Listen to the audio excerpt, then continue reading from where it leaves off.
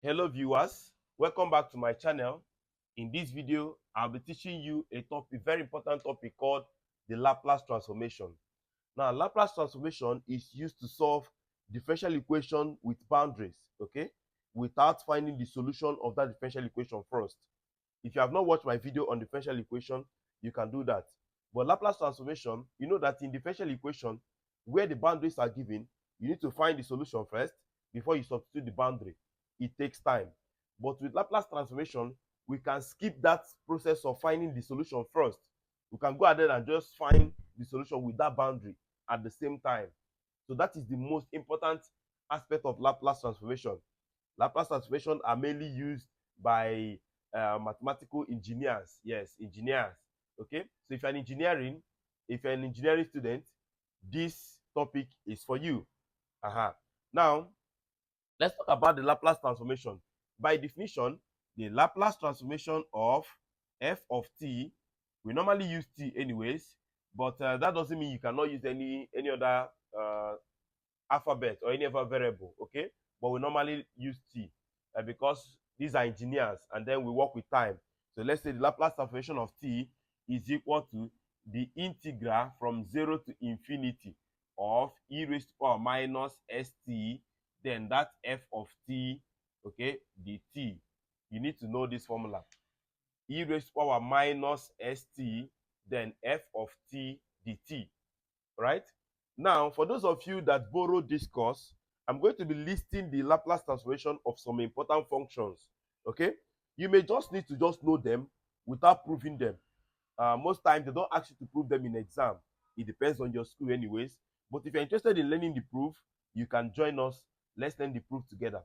But those in engineering, learning the proof is very important to you, okay? So let me list the Laplace transformation of some important functions. So Laplace transformation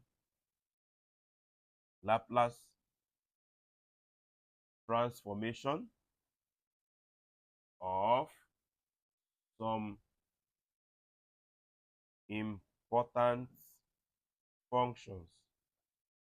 Okay, so the first one we're going to list is that the Laplace transformation of 1, okay, is equal to 1 over s. You need to know that. Now, the next one we're going to list is that number two is that the Laplace transformation of a function t is equal to 1 over s squared. Number 3 you need to know is that the Laplace transformation of then t raised to power n is equal to what? N factorial all over s raised to power n plus 1.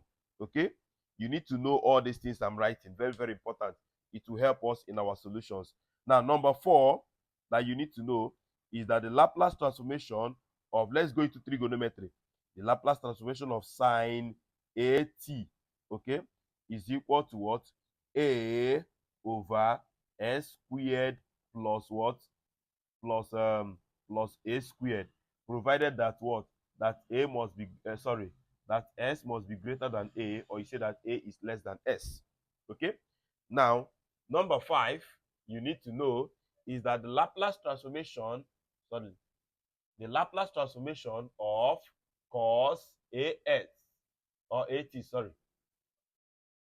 is equal to now, how I used to remember the sine and cos is that sine has s. Since sine has s, s should not start it. You use a to start it. But in cos does not start with s, so we use s to start it. So it's going to be s over s squared plus a. Don't a squared. Don't forget that s must be greater than what? A, or you say that a must be less than s. Anyone you like. Then number 6.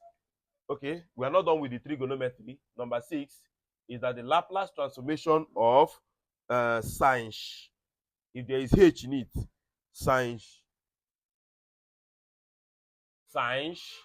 at, okay, is equal to, the difference is that if it has h, that you should use minus. That's just the difference. Okay, there is no big deal there. If it has h, I'm going to use minus, so it's going to be, don't forget that this one is sine and it starts with s, so I'm not going to start with s, rather I will start with a over s squared minus a squared, provided that what our a is less than s. Okay. Now number 7 is that the Laplace transformation of cos at is equal to what? The same thing, s, but this time around we are going to use minus. Okay, provided that a is less than s. Now we are done with the trigonometry. Now let us now go to exponential. Number 8, the Laplace transformation of e raised to power at, okay, is equal to I think is 1 over, yes, 1 over s minus a, provided that a is less than s. Okay. Any other one? Okay.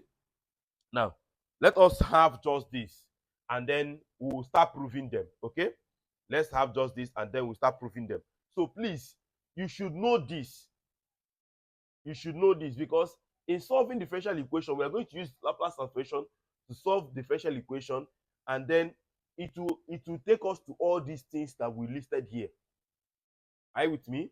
Very, very important. Please know this and know it very well. Now, let's start the proof. Let's start from the first one, the Laplace transformation of 1. So permit me to clean here.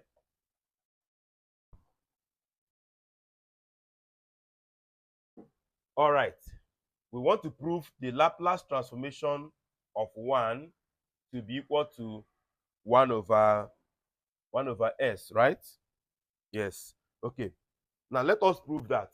Don't forget that the Laplace transformation of a function f of x or t, anyone, f of t is equal to the integral from 0 to infinity of e raised to power st. Is it st or minus st here? Minus st rather. Sorry, minus st, please. If I didn't put minus in the other one, please, that was a mistake. It's minus st, then f of t dt, right? Now, let us now get the Laplace transformation of 1. Now, our f of s is now 1. So anywhere I see f of t, sorry, not f of s. Our f of t is now 1. So anywhere I see f of t, I'm going to substitute it with 1. So this is now the integral from 0 to infinity of e raised to power minus st. Okay. Then I'm going to have 1 here, dt. Right? Okay. So I'm going to have that this is equal to, let's go. This is equal to integrate this, you have to differentiate. Okay, before that, anything multiplied by 1 is the same thing. So I have the integral from 0 to infinity of e raised to power minus st, then dt. Okay. Now, to integrate this man means I'm going to differentiate here, use it and divide the integral of everything. So if I differentiate this place, I'm going to have with respect to t, differentiation of minus st with respect to t will just give you minus s. Okay, so I'm going to say minus s here. Then integration of this is the same thing, it does not change. You can watch my video on integration, the link is on the description. Okay. So the integration of this is just this, but it has a boundary. So we are going to put the boundary is from 0 to infinity. Okay. Now, having this, let us now substitute the boundaries. If we substitute the boundaries, we're going to have permit me to clean here. If we substitute the boundary, okay, let me use here. If we substitute the boundary, I'm going to have substitute infinity, then minus substitute 0.